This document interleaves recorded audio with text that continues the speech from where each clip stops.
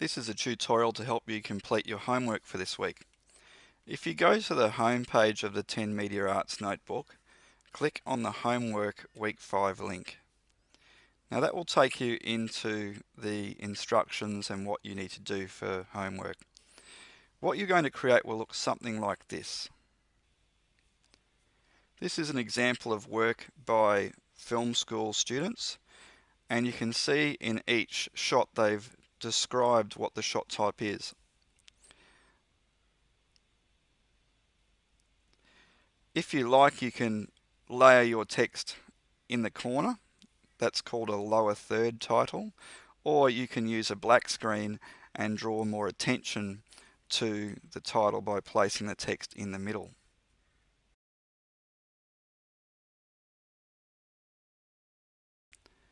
So we've looked at the example, and now let's work through what you have to do. You'll need to create up to a 30-second clip, it can be shorter, timed to music, as you can see here, with a range of different shot types. Here's some examples. A range of different camera angles, and a range of different examples of camera movement. And again, you've got examples at the end of each line here. If you need to go back over any of these terms, just simply go to this page here, Camera Shots, Angles, Moves and Terminology, and you'll find all the information on this page. This is also a very useful video that we looked at briefly in class earlier this week. Let's go back to the homework page. So these are your instructions and where you'll find the materials to work with. First of all, I need you to continue using markers to time the music track to your clip segments. Because we're going to be creating a music video, you need to continue to develop that skill and make sure that you are adjusting your clips to suit the way the music is going. Be creative with the use of your titles. Rather than simply putting a title in the lower third here, you could look at ways to involve transitions. So let's get on to where the files are found. If you click this link here, it will open up OneDrive. You may be required to sign in with your college email address. And you can see here that we are using a GoPro Hero 4 compilation video. And if I jump ahead, you'll see we've got some very high quality footage here to work with. If I jump ahead again, you'll see it covers a whole range of genres. So let's just click on the X and get out of that. Now the audio track that you'll be timing your compilation of shots from is a Skrillex track, which is very fast paced, and so it will suit lots of different footage. So to download these files, you simply tick the box and click download, and you can see it's downloading to the computer. This is a 60 meg file, so allow time for that to happen. And let's also click Skrillex track and download that as well. Remember the importance of placing these assets in a project folder.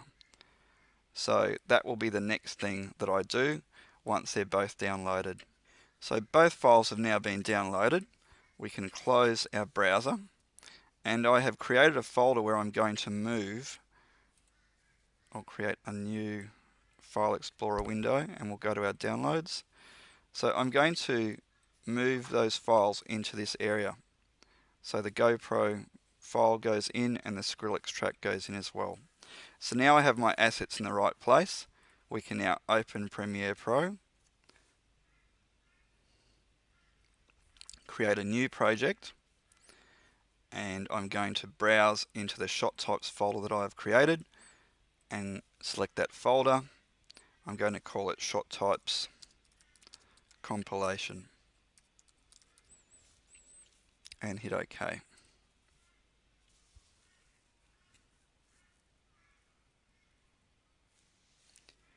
So now down in this corner panel here, we've got our project, and I'm going to double click to import the media, and I'll go back to that shot types folder, and holding down the control key, I'm going to import the audio and video files. So here they are. First of all, we're going to right click, create a new sequence from the clip, and that's now being created here, as you can see. And I'm going to delete the clip so that it's blank and ready for me to use. We need the audio track to begin, so I'm going to import that now and drop it into there.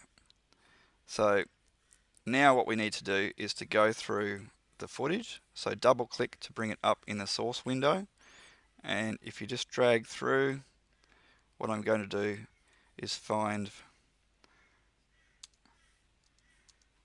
an example. That's a good example of what we call a mid shot. So I'm going to just move using the arrow keys. I'm going to go back to the front of that, and I'm going to press the I key, and this marks an in point.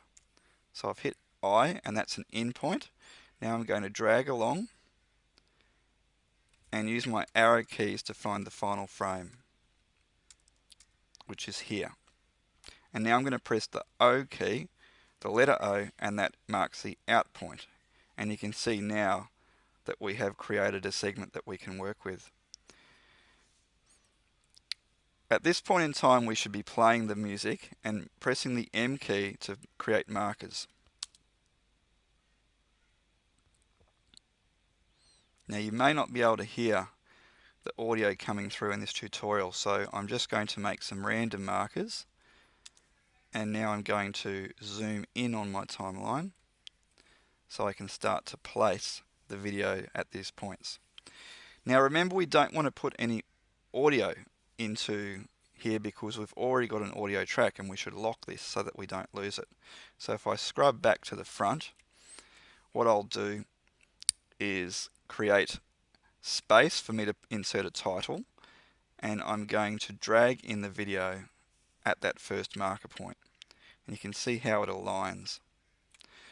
What I did there is I dragged the video only. You can see I've created my in and out points using the key I and the key O, and by dragging that down, you see it's just brought across the section that I've marked. So if I now play my timeline using the spacebar, I'll just see that shot. That's quite short. If I wanted to, I could right click and adjust the speed and duration. I could slow it down to 50%, and that would then give me a slower version of that footage. Again, this is really high quality footage, so it will still look good, and that's great.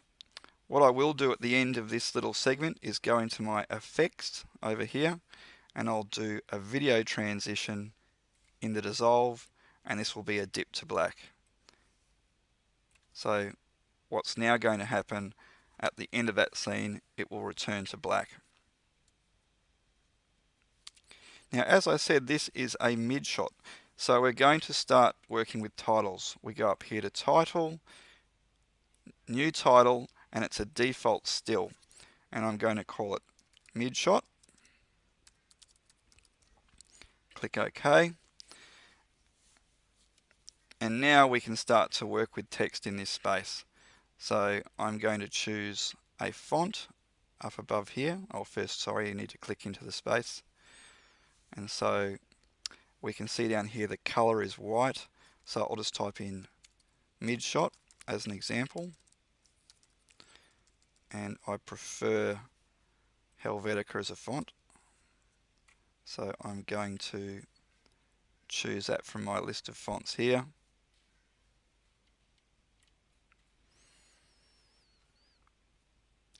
Doesn't seem to be available, so I'll just choose a substitute. That looks good. Now you can see it's not centered, so we'll adjust that soon. If you click and drag on the blue number here, you'll increase the size.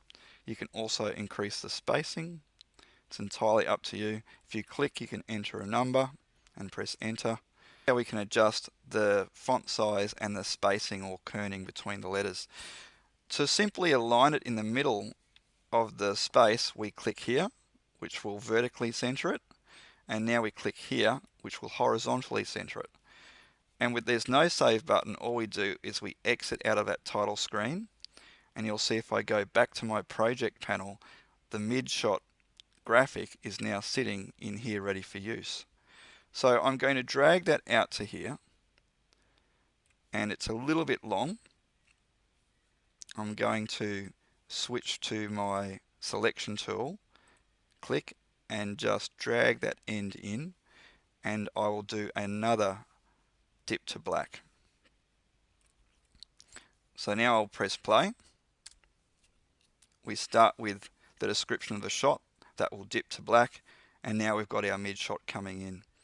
At the moment I haven't timed this to music, but you get the idea. So work your way along. When you get to the end of the music, unlock the track, use the razor tool, cut away the rest of the audio, and then click on the selection tool, click on the bit you don't want, and simply hit the delete key.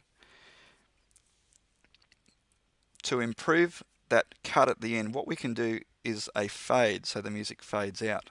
So this is done in the audio transitions. This is in the effects panel. Audio transitions, crossfade, expand that, and you'll see exponential fade. And what that does is simply fade the music out. You won't hear it, but you will see the level drop here. And that's the fade out there. Having done all that, I'll show you how to export, and then we'll be able to see your shot compilation in the OneDrive folder.